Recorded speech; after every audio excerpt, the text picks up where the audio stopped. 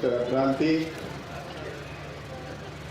Doctor सत्याजी Rao, Sanjay, उपस्थित भाई और बहनों, वैसे जिस ऑब्जेक्टिव के लिए ये विषय हमारी संगठन की तरफ से डिसाइड किया, मुझे ऐसा लगता है कि हमारे सभी वक्ताओं ने इसके साथ पूर्ण रूप से न्याय किया है। भले ही इस देश की न्याय व्यवस्था जो है वो हमारे साथ न्याय नहीं करती हो, लेकिन हमारे साथ हमारे वक्ताओं ने न्याय किया।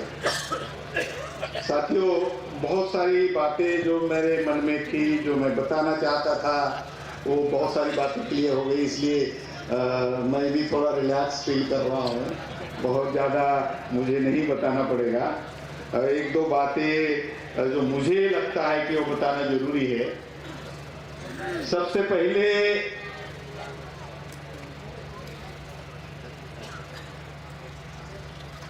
न्यायपालिका में मूल निवासी बहुजन समाज को प्रतिनिधित्व की जो बात हम कर रहे हैं, ये कोई हमारा ऑब्जेक्टिव नहीं है। ये एक साधन है। वो जो कॉन्स्टिट्यूशंस में हमारे अधिकारों की जो बात लिखी गई है, वहां जो हमारे अधिकार लिखे हैं, वो अधिकार पाने के लिए जुडिशियरी में हमारा प्रतिनिधित्व हो, ये एक साधन है। और साधन के सिवा आप किसी भी साध्य के ऊपर नहीं पहुंच सकते, ऐसा मेरा ख्याल है। ये मोस्ट लॉजिकल चीज है। सवाल ये उठता है कि अधिकार जो संविधान में फंडामेंटल राइट्स में लिखे हुए हैं,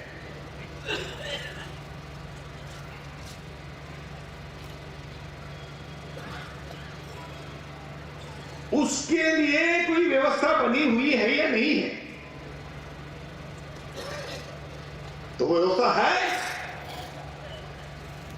जब व्यवस्था है तो सब्जेक्ट में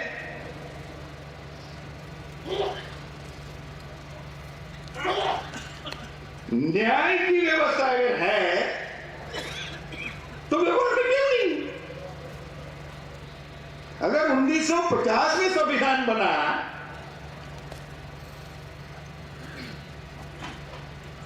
और वो संविधान को लागू करने की जिम्मेवारी लेजिस्लेचर, एग्जीक्यूटिव और जुडिशियरी में लगाई हुई है,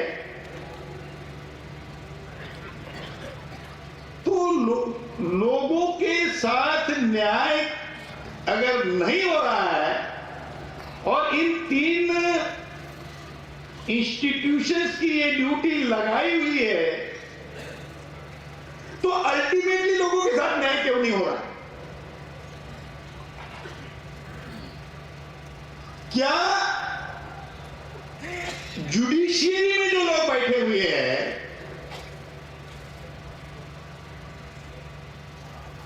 उनको संविधान की समझ नहीं है? क्या ऐसा हमने समझ लेना चाहिए? ये उचित रहेगा कि जुडिशियरी में जिनको न्यायिक व्यवस्था में जिनको बिठाया है, उन लोगों को संविधान की समझ नहीं है। मतलब इस देश के हाई कोर्ट के, सुप्रीम कोर्ट के और डिस्ट्रिक्ट जजेस को संविधान की समझ नहीं है, ऐसा हमने समझ लेना चाहिए। क्या बोलते हो आप लोग? उनको समझ है, ऐसा हमने समझना चाहिए। मेरा ख्याल है ऐसा आपका ओपिनियन है। उनको संविधान की समझ है, ऐसी आपकी समझ है। अगर ऐसा है अगर उनको संविधान की समझ है तो फिर 70 से न्याय क्यों नहीं हो रहा है? तो न्याय हो जाना चाहिए, फिर 70 साल नहीं लगने चाहिए। इसका मतलब यह है कि जुडिशियरी में जो लोग बैठे हुए हैं वो संविधान के प्रति बेईमान है।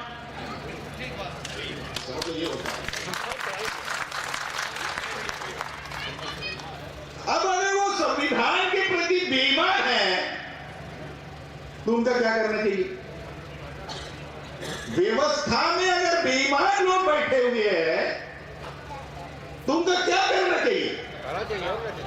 उनको वही रखना चाहिए ताकि वो बेईमानी करते रहे और हमारे साथ आने वाले सदियों तक न्याय नहीं हो। ऐसा करना चाहिए हमने? तो क्या करना चाहिए? हाँ बताते रहो आप, मुझे बताते रहो, फिर मुझे अच्छा लगता है। उनको हटा देना चाहिए।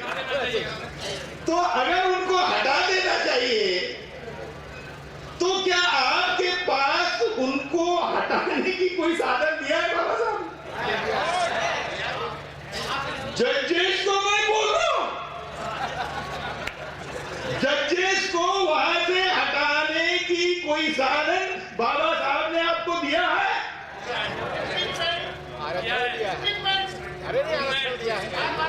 Impeachment by parliament.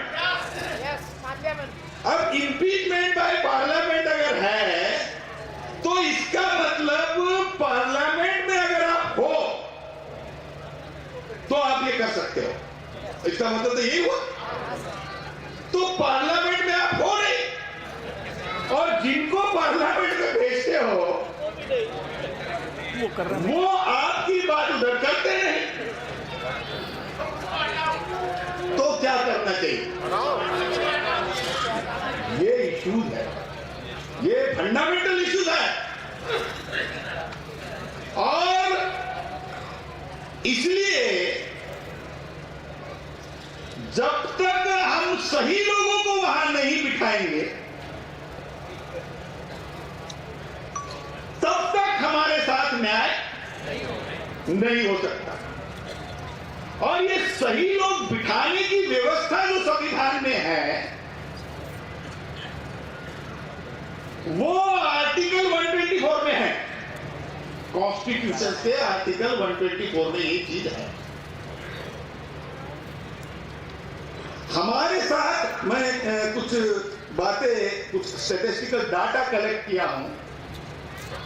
न्याय कहां है? ये नेशनल क्राइम रिसर्च ब्यूरो के फिगर्स है कुछ मेरे पास, मैंने जानबूझ के निकाला। इस देश में रेप्स की केसेस जो है 36,735 और इनका रेट ऑफ ग्रोथ जो है 2004 से 2014 तक 101% है। इतनी केसेस बढ़ी, मतलब केसेस बढ़ते जा रही है, कम नहीं हो रही।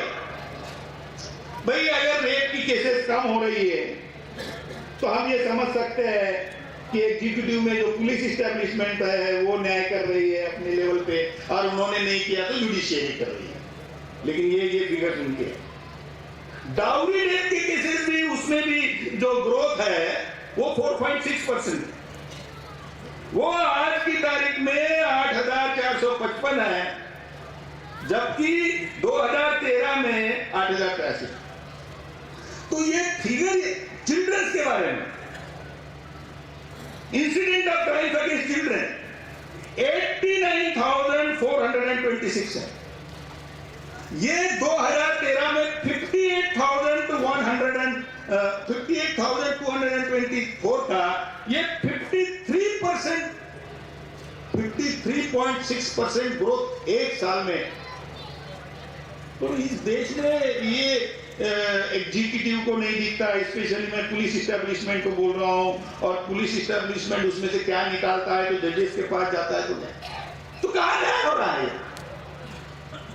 जब यह न्याय नहीं हो रहा है तो इसके कारण जब हम ढूंढते हैं from lower judiciary to higher judiciary, लेकिन आज का हमारा जो विषय है वो हायर जुडिशियरी के बारे में है, तो आप ये देखेंगे कि उन लोगों को संविधान की समझ होने के बावजूद भी अगर इस देश में न्याय नहीं हो सकता, नहीं हो रहा है, इसका मतलब वो संविधान के साथ बेईमानी कर रही है और उनको हटाने की बात जो आप कह रहे हैं, तो पहले उनकी बिठाने की व्यवस्था क्या है इसके बारे में हमें प्रॉपर समझना चाहिए। वो कॉन्स्टिट्यूशन के आर्टिकल 124 में है और कॉन्स्टिट्यूशन के आर्टिकल 124 में ये लिखा है, the president shall with its sign and seal appoint the जजेस of High Court and Supreme Court in consultation with the Chief Justice, in consultation with Chief Justice of India, ये लिखा है उसमें। जज साहब यहाँ हैं, वकील साहब और पुलिस इस्टेब्लिशमेंट के साथी हमारे यहाँ बैठे हुए। अब ये कंसल्टेशन जो शब्द है, ये मामला कॉन्स्टिट्यूएंट असेंबली के में आया था चर्चा के लिए। बाबा साहब ने जब ये वर्ड ड्राफ्ट कॉन्स्टिट्यूशन में article 102 of the draft constitution है, तो जब उसमें उन्होंने ये कंसल्टेशन शब्द डाला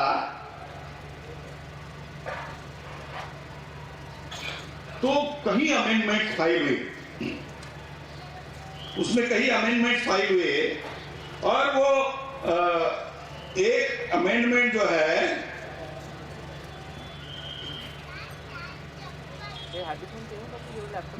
दो मद्रास मुस्लिम मेंबर थे, मद्रास से आए थे कॉन्स्टिट्यूएंट असेंबली में, क्योंकि वो कम्युनल रिप्रेजेंटेशन था।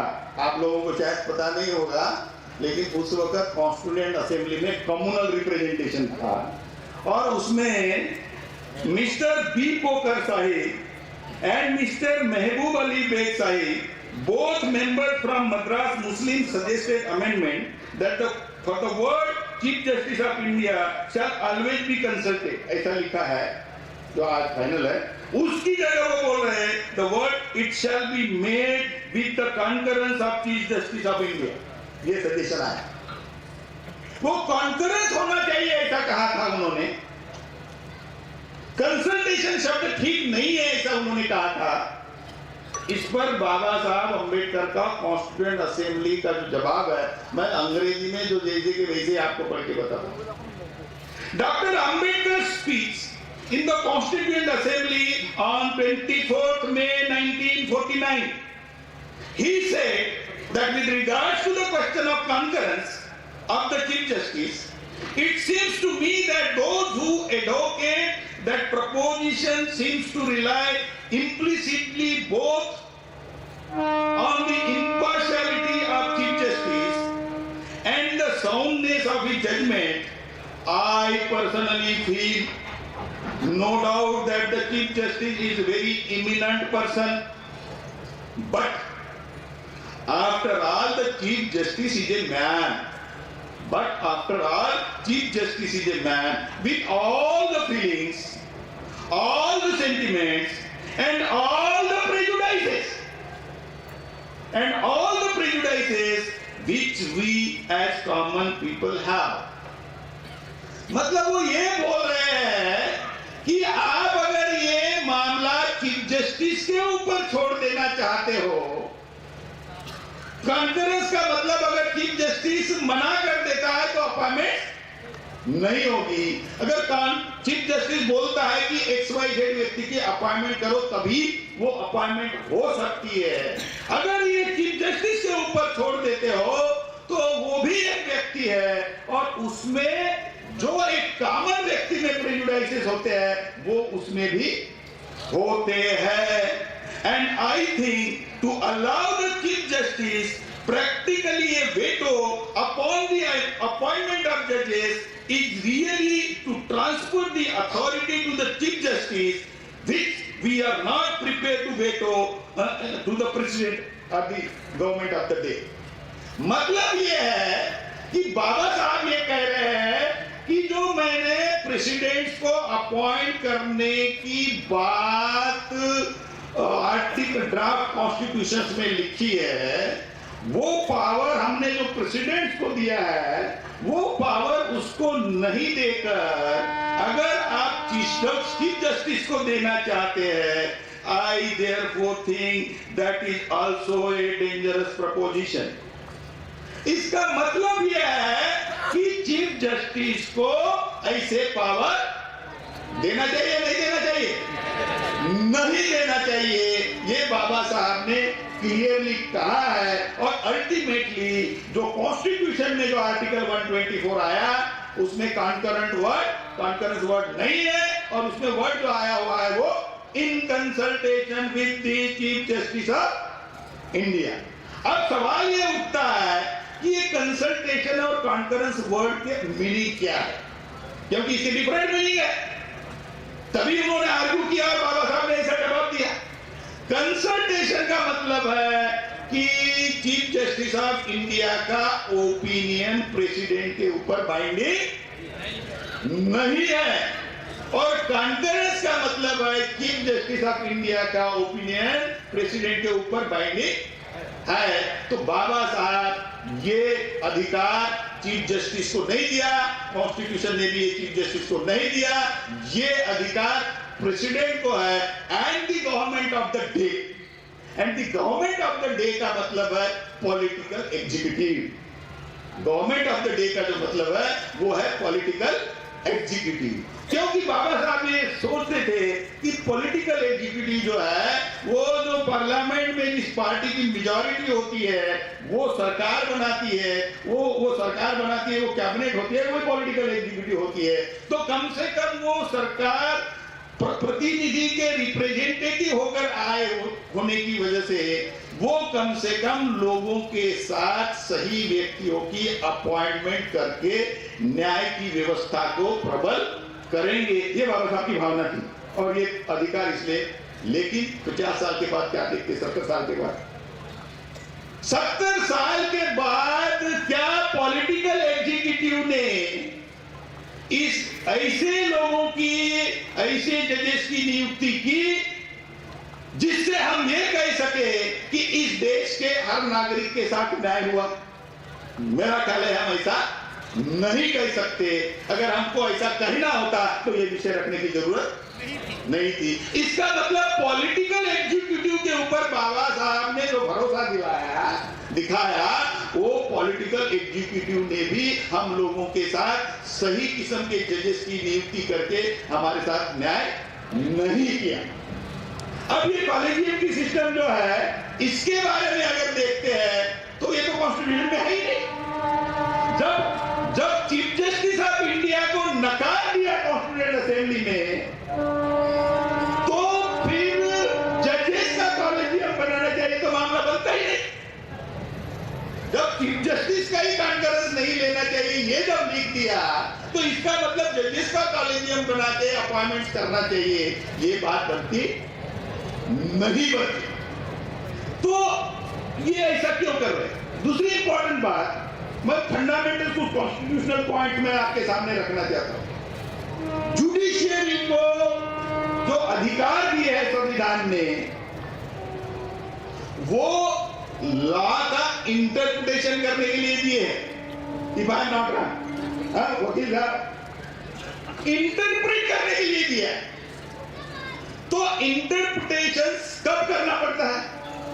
When there is an ambiguity. मेरा ख्याल ये भी बात मैं सही कह रहा हूं। अगर कोई प्रावधान में एम्बिग्यूटी है तब इंटरप्रिटेशन की जरूरत है। अब यहां बाबा साहब ने एक्सप्रेसली कर दिया है कि कॉन्करेंस ही रिजेक्ट है, तो फिर कोई इंटरप्रिटेशन का स्कोप है क्या? जब इंटरप्रिटेशन का स्कोप नहीं है तो इसका मतलब जुडिशियरी एक्स्ट्रा जुडिशियल पावर के तहत इस ढंग का इंटरप्रिटेशन कर रहे हैं जो संविधान उनको अलाउ नहीं करता। वो ऐसा क्यों कर रहे हैं? सवाल ये उठता कि वो ऐसा क्यों कर रहे हैं? वो इसलिए कर रहे हैं। और जो अपराधी साहब ने और मेरा ख्याल है हमारे दूसरे साथी ने जो बताया बम्बोर्डे ने कि जो व्यवस्था है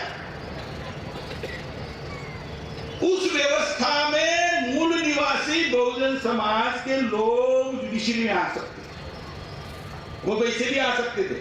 मैं ये रिजर्वेशन जुडिशियरी में नहीं है वगैरह वगैरह मैं ऐसा नहीं समझता, ये मैं ऐसा नहीं समझता। और मेरा ख्याल है आप लोगों को भी ऐसा ही पड़ा है कि रिजर्वेशन में नहीं है। आप लोग जो लॉ का, क्योंकि मैं तो कॉमन आदमी तो मैं तो कुछ भी समझ सकता हूँ, पर मैं अपने समझ को लॉजिक दूंगा।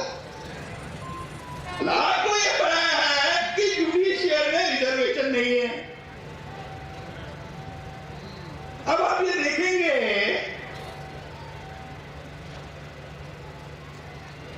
कि जो आर्टिकल 124 है उसमें क्या लिखा है? The president shall appoint the जजेस of the High Court and Supreme Court with his seal and signature in consultation with the Chief Justice of India. इसका मतलब ऑर्डर इश्यू करने की बात लिखी है सिर्फ, उसमें कैसे जजेस अपॉइंट करना है नहीं लिखा। उसमें जजेस किस ढंग से अपॉइंट करना चाहिए नहीं लिखा। अपॉइंटमेंट ऑर्डर जैसे हेड ऑफ द डिपार्टमेंट किसी एग्जीक्यूटिव में जब अपॉइंटमेंट किए जाते हैं तो उसमें किसके दस्तखत से ऑर्डर इश्यू होता है? हेड ऑफ द डिपार्टमेंट से, या उसने जिसको पावर डेलीगेट किए होंगे उससे। तो ये सिर्फ प्रेसिडेंट को वो अपॉइंटमेंट ऑर्डर इश्यू करने का लिखा है। तो इसका मतलब जजेस को कैसे सिलेक्ट किया जाए ये तो नहीं ना लिखा है। भाई आप लोग मेरे से सहमत हो या नहीं हो? ये लिखा है क्या उसमें? जजेस का सिलेक्शन कैसा किया जाए ये लिखा है? अगर ये नहीं लिखा है तो फिर बाबा साहब ने जजेस का सिलेक्शन कैसा किया जाए ऐसी व्यवस्था ही नहीं बनाई है क्या कॉन्स्टिट्यूशन में? ये सवाल उठता है। फिर ये सवाल उठता है हमारे सामने कि जो व्यक्ति बहुत ज्यादा चिंतित था, बहुत सारे लोग ऐसा सोचते हैं कि बाबा साहब रिजर्वेशन का क्लास कॉन्स्टिट्यूशन में डाल के बहुत ज्यादा महत्वपूर्ण काम किया, होता है। लेकिन मुझे ऐसा लगता है कि रिजर्वेशन का क्लास कॉन्स्टिट्यूशन में डालने के बावजूद भी बाबा साहब हम लोगों को रिजर्वेशन देना ये महत्वपूर्ण ज्यादा समझते थे या हमारे लोगों के साथ न्याय होना चाहिए ये ज्यादा महत्वपूर्ण समझते थे? न्याय होना चाहिए। तो फिर बाबा साहब का ध्यान जजेस की नियुक्ति के ऊपर ज्यादा रहना चाहिए या सिर्फ वो प्रमोशन करने के लिए होना चाहिए ज्यादा ध्यान? क्या होना चाहिए ध्यान? न्याय पर होना चाहिए। उनका अपॉइंटमेंट कैसे होना चाहिए इस पर होना चाहिए ना। तभी अगर प्रावधान रखा भी है संविधान में तो भी अल्टीमेटली इन लोगों को मिलेगा या नहीं मिलेगा वो उनका ज्यादा मानना था। और इन लोगों को अल्टीमेटली इन लोगों के साथ न्याय होना चाहिए। तो क्या ऐसी व्यवस्था या ऐसी जजेस की नियुक्ति करने के लिए या उनका सिलेक्शन करने का कोई व्यवस्था बाबा साहब ने कॉन्स्टिट्यूशन में नहीं किया होगा या नहीं किया है ऐसा हमने समझना चाहिए? ऐसा हमने नहीं समझना चाहिए।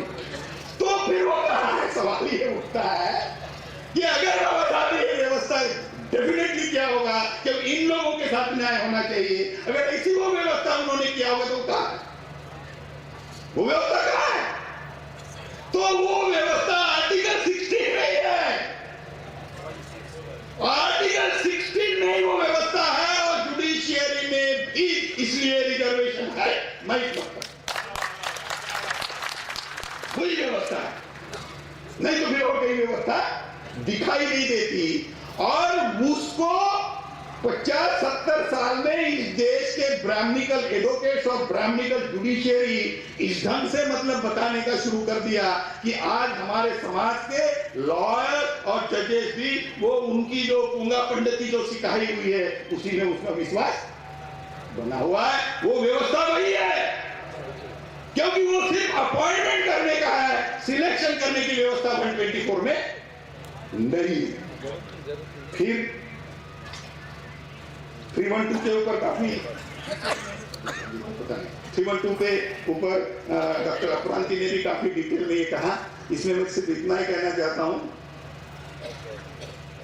कि ये 42nd अमेंडमेंट है, 1976 का अमेंडमेंट है। ये हमारे साथी 1977 की बात कर रहे थे, ये 1976 का अमेंडमेंट है, क्योंकि उसके बाद वो इमरजेंसी के दौरान वो अमेंडमेंट आया और 77 में इमरजेंसी ये हो गई ना, हटा दी मार्च में, इलेक्शन वगैरह हुए। अब उसमें ये कई अमेंडमेंट आए जो डॉक्टर साहब ने भी कहा।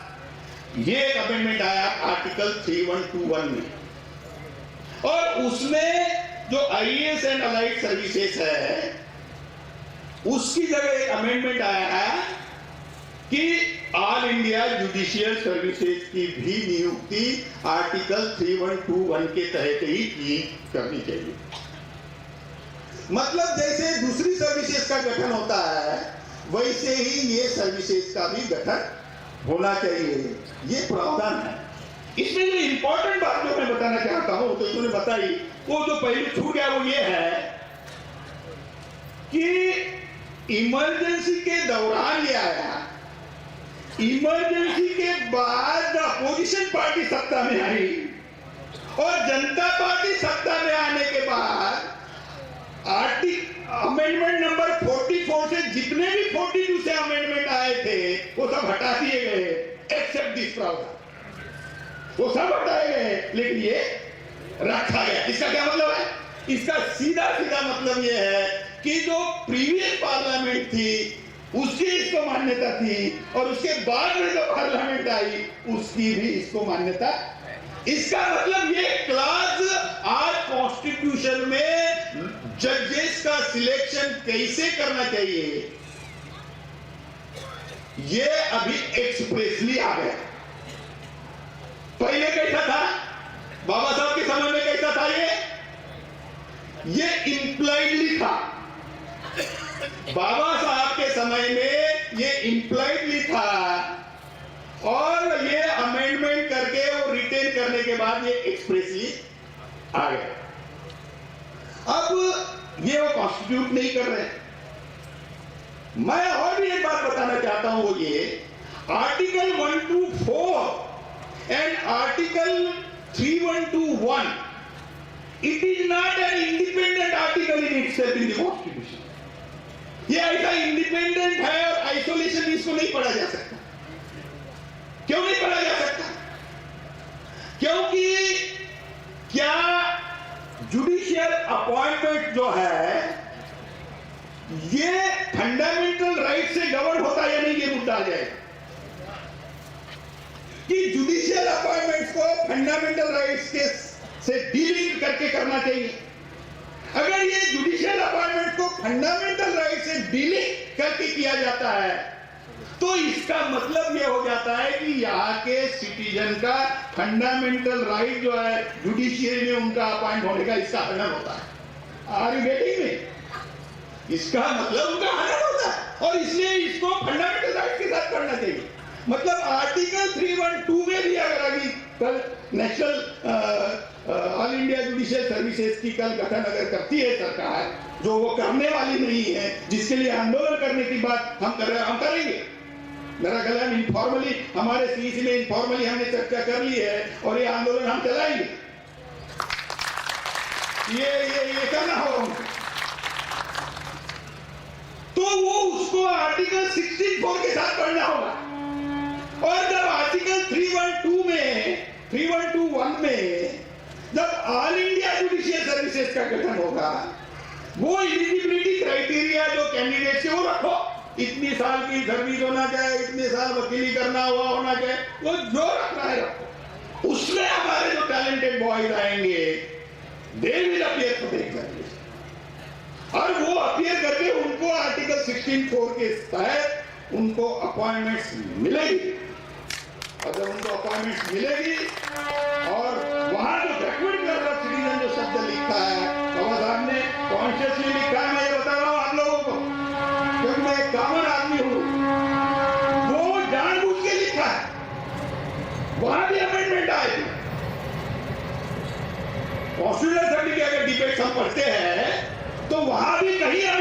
आए और उसमें उन्होंने ये कहा, जो कांग्रेस के जो चमचे थे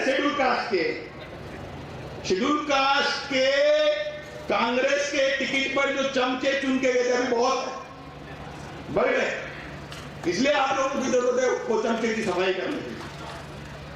उसमें उन्होंने ये कहा कि जो बैकवर्ड क्लास ऑफ सिटीजन शब्द लिखा है डॉक्टर आम्बेडकर ने, इसको निकाल के वहां शेड्यूल कास्ट लिखना चाहिए, ऐसा लिखा है।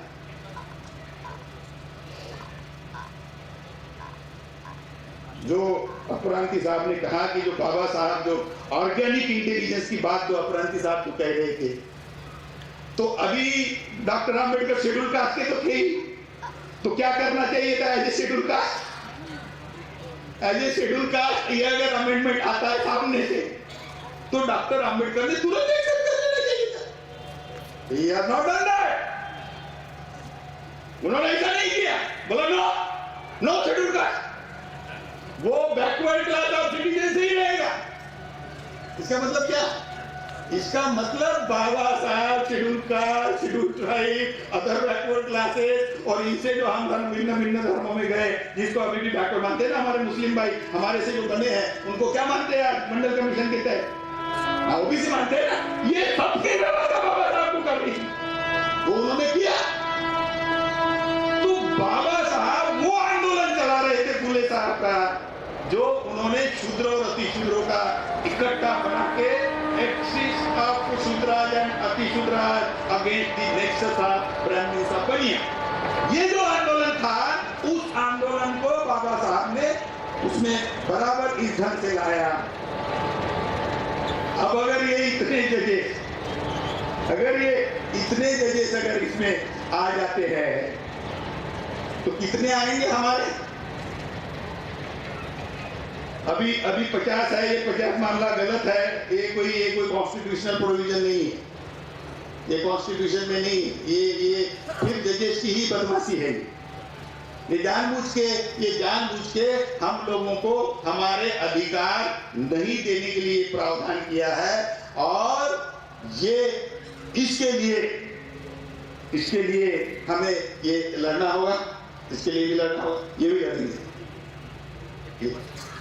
अरे ये 50% का कोई मतलब नहीं है, क्योंकि वो जजमेंट जिसके आधार के ऊपर वो 50% की बात करते हैं, वो क्रिटिकली अगर पढ़े तो वो जजेस ने ये लिखा है कि ये 50% ऐसा हम नहीं बोल रहे हैं। जो हम बोल रहे हैं वो ये है कि the backward people have got the first claim over the national resources, ऐसा लिखा है उसमें। वो जजमेंट जो है, वो जजमेंट में ये लिखा है कि जो सिचुएशन देश में है, उसके ऊपर सबसे ज्यादा पहला क्लेम किसका होगा? अगर प्रिंसिपल्स ऑफ इक्वालिटी को इंप्लीमेंट करना है, इक्वालिटी इस्टेब्लिश करना है बाय मींस ऑफ कॉन्स्टिट्यूशन, तो पहला क्लेम किसका होगा? जो पीछे रह गए उनका होगा। अगर आपका डाटा ये बोलता है कि इस देश के 78% या 85% लोग पीछे रह गए हैं, तो फिर उनका पहला क्लेम है, और जब उनका पहला क्लेम है तो उनकी पॉपुलेशन के अनुपात में उनको उतना मिलना ही चाहिए, ये उसका मतलब होता है। तो ये एक मामला है। और ये लेकिन मिस इंटरप्रिटेशन कही गई। यहाँ बाबा साहब को बुलाते, वहां बाबा साहब को जब कंकरेंस शब्द बाबा साहब ने रिजेक्ट किया, तो वो बाबा साहब को इंपोर्ट नहीं करते, वहां अपने हिसाब से करते। और जब बाबा साहब को आर्टिकल 16(4) के तहत रिजर्वेशन कितना देना चाहिए, ये जब कॉन्स्टिट्यूएंट असेंबली में पूछा गया, तो बाबा साहब ने ये कहा कि इट शुड नॉट एक्सेप्ट। उन्होंने एग्जांपल दिया, if you read the constituent assembly debate, उसमें उन्होंने एग्जांपल दिया कि अगर ये 70% दिया जाता है तो it will eat away the main clause. ये बोला है बाबा साहब ने कि ये 16(1) को खा जाएगा। 16(4) अगर 70% कर देते हैं तो 16(1) में जो equality of opportunity in the public employment है, उसको वो खा जाएगा, और इसलिए इसको मैक्सिमम 50% तक का होना चाहिए। तो वहां वो बाबा साहब को बार बार लाते, क्या नहीं लाते? वो इसलिए लाते कि हमें उससे ऊपर नहीं जाने देना चाहिए। और यहाँ कंकरेंस शब्द हटा दिया बाबा साहब ने, रिजेक्ट किया, तब भी उसका कॉग्नाइजेंस नहीं लेते, इसका मतलब ब्राह्मणिकल जुडिशियरी जो कॉन्स्टिट्यूशंस को इंटरप्रेट करने के बजाय मिस इंटरप्रेट कर रही है। अब ऐसे अगर मिस इंटरप्रेट करने वाले लोग वहां हैं तो उनकी व्यवस्था आपको करना होगा। अब एक इंपॉर्टेंट बात बता के मैं अपनी बात समाप्त करूंगा, क्योंकि समय भी मैं थोड़ा अपना 45 मिनट में नहीं बातों में ले गया, मुझे भी पता नहीं। वो इंपॉर्टेंट क्या हो गया, वो पॉइंट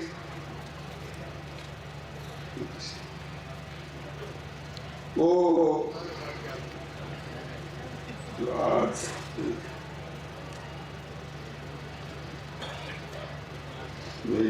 देखो ऐसा हो जाता है when I become so emotional on the appointments of our people, ये sometimes I forget, but वो बहुत ही ज़्यादा important point है judicial appointments में। और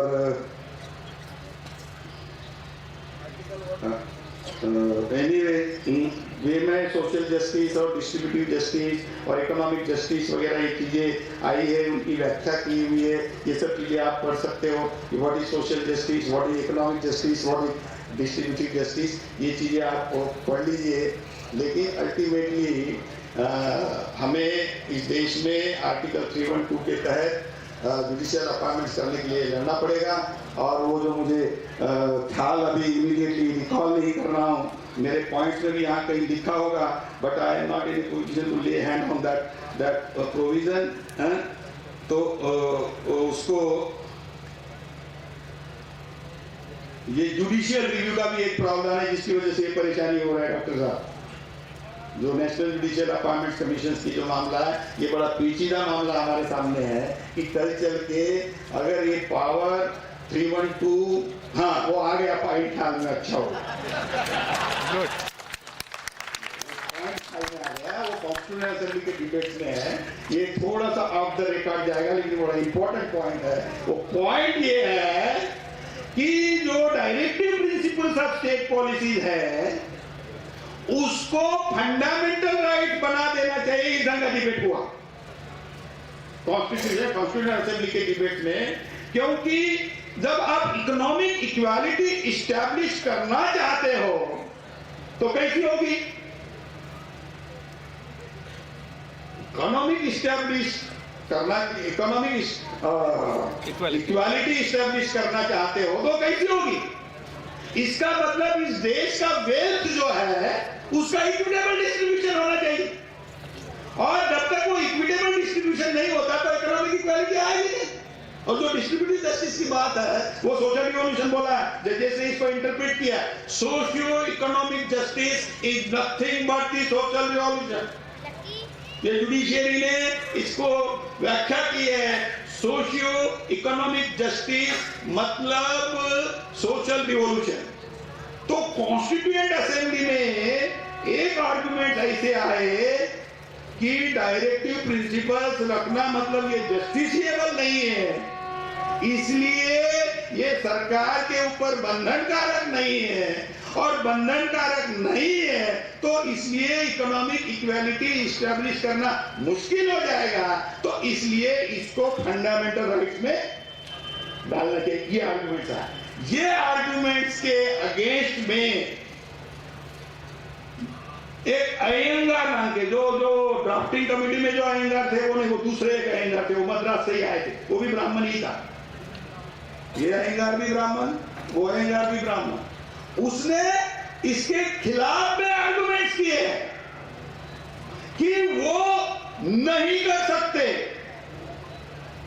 मतलब डायरेक्टिव प्रिंसिपल्स को फंडामेंटल राइट्स में नहीं डाल सकते, मतलब आर्टिकल 38, 39, 37 इसको उधर नहीं डाल सकते। उसने जो आर्गुमेंट्स दिए, उसने जो लॉजिक दिया है वो बड़ा इंपॉर्टेंट लॉजिक है। वो लॉजिक उसने ऐसा दिया कि सपोज आर्टिकल 45 के तहत हर 14 साल तक के बच्चे को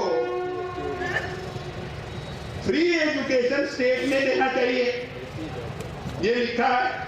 अभी वो फंडामेंटल राइट भी बना दिया आर्टिकल 21 में। तो वो बोल रहा है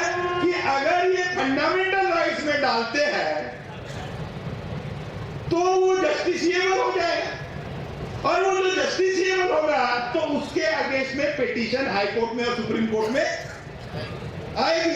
और अगर हाई कोर्ट या सुप्रीम कोर्ट ये निर्णय देता है कि 6 साल से लेके 14 साल के बच्चे को फ्री एजुकेशन देना है, तो ये इतने बच्चों को अगर वो एजुकेशन नहीं दे पाते, इतने बच्चे को फ्री एजुकेशन नहीं दे पाते, तो बोल रहा है कि वो कंटेम्प्ट हो जाएगा, तो जेल में किसको डालेंगे, ये सवाल है।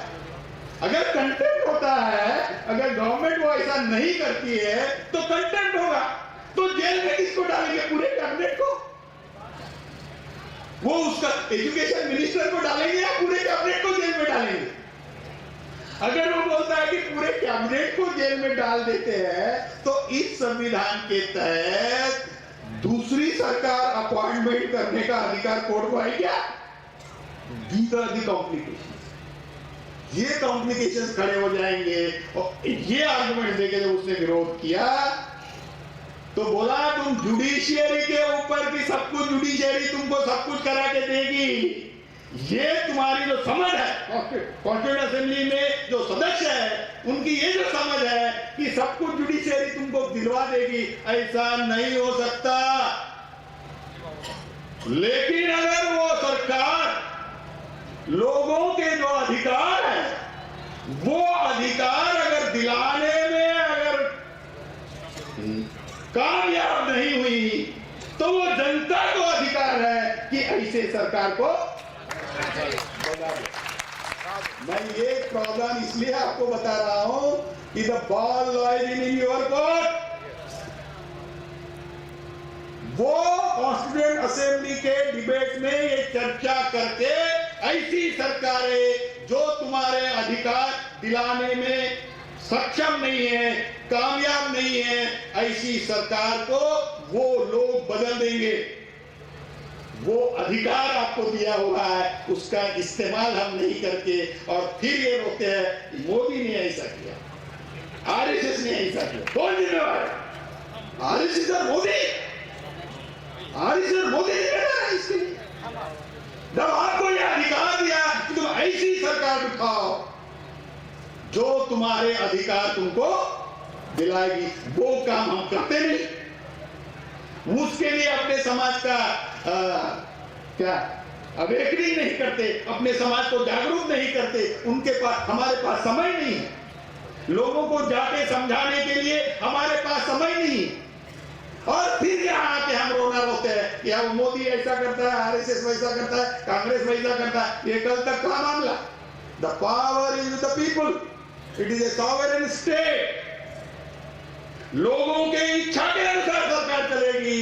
जो सरकार लोगों के इच्छा के अनुसार नहीं चलेगी, वो लोगों को यह अधिकार दिया कि उस सरकार को बदल डालो। तो आप लोग जो कॉन्स्टिट्यूशन के माध्यम से जुडिशियरी अपॉइंटमेंट होने चाहिए, ये जो बोल रहे हैं वो होने वाला नहीं है। मैं ऐसे नहीं कुछ बता, वो कैसे होगा? अरे आप नेशनल जुडिशियल सर्विसेज की बात कर रहे हो, कौन बनाएगा? नेशनल जुडिशियल सर्विसेज कौन कंस्टिट्यूट करेगा? आप या गवर्नमेंट? कौन करेगा? गवर्नमेंट। तो गवर्नमेंट कर रही है इतने दिनों से, वो तो है ना उसमें, वो नहीं करने वाले, इसलिए ये सरकार बदलने के बारे में सोचो। ये जब तक ये सरकारें नहीं बदलोगे कुछ नहीं होगा। और सरकारें बदलने के लिए समाज को जागरूक करना ये एकमात्र रास्ता, उसके लिए तैयार हो जाओ। इतना ही कुछ कह के अपनी बात समाप्त करता हूँ।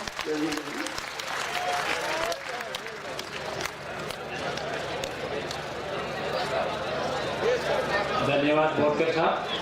मैं अभी एवेक्टिंग सेशन इधर ही खत्म हो रहा है। Thank you very much. जय भीम, जय मूल्यवास। हरियाणा के